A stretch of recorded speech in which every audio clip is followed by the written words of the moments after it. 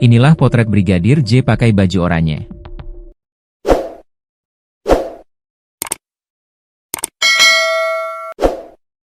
Ia dipatsus usai ngamar bersama istri TNI. Identitas F pun tersebar di media sosial. Wajah Brigadir J tampak lesu saat ditempatkan di ruang penempatan pada tempat khusus, Patsus, Bid Propam Polda Bengkulu.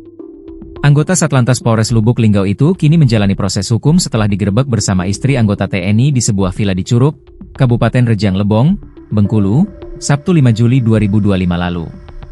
Brigadir J didapati bersama seorang perempuan berinisial F, yang diketahui merupakan istri anggota TNI aktif. Brigadir J sendiri merupakan anggota Satlantas Polres Lubuk Linggau, sedangkan F adalah pegawai salah satu ban himbara di Bengko, Jambi. Pelapor dalam kasus ini adalah Serda A, anggota TNI aktif yang juga suami dari F. Ia melakukan penggerebekan langsung setelah mencurigai gelagat istrinya. Kasus ini menarik perhatian publik setelah video amatir penggerebekan tersebut beredar luas di media sosial.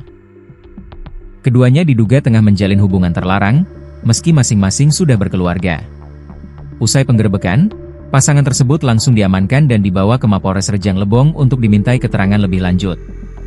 Setelah kejadian tersebut, Brigadir J dan F dilaporkan Serda A dengan pasal perzinahan. Saat ini, Brigadir J dipatsus di Polda Bengkulu untuk proses hukumnya tersebut.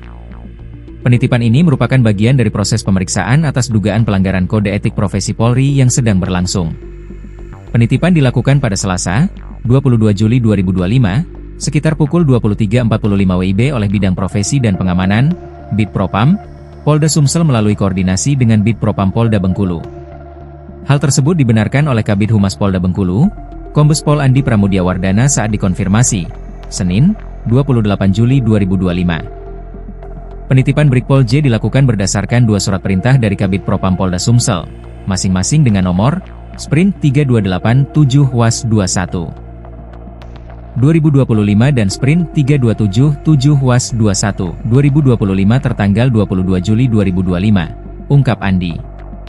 Saat ini, Brigpol J ditempatkan di ruang khusus Patsus Bid Propam Polda Bengkulu, sebelum nantinya dipindahkan ke ruang tahanan internal.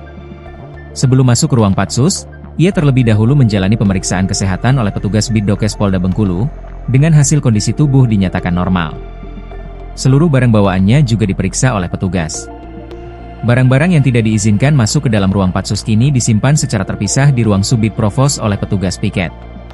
Penitipan ini dilakukan guna mendukung kelancaran proses pemeriksaan yang saat ini ditangani oleh Direktorat Reserse Kriminal Umum, Ditreskrimum, Polda Bengkulu, kata Andi.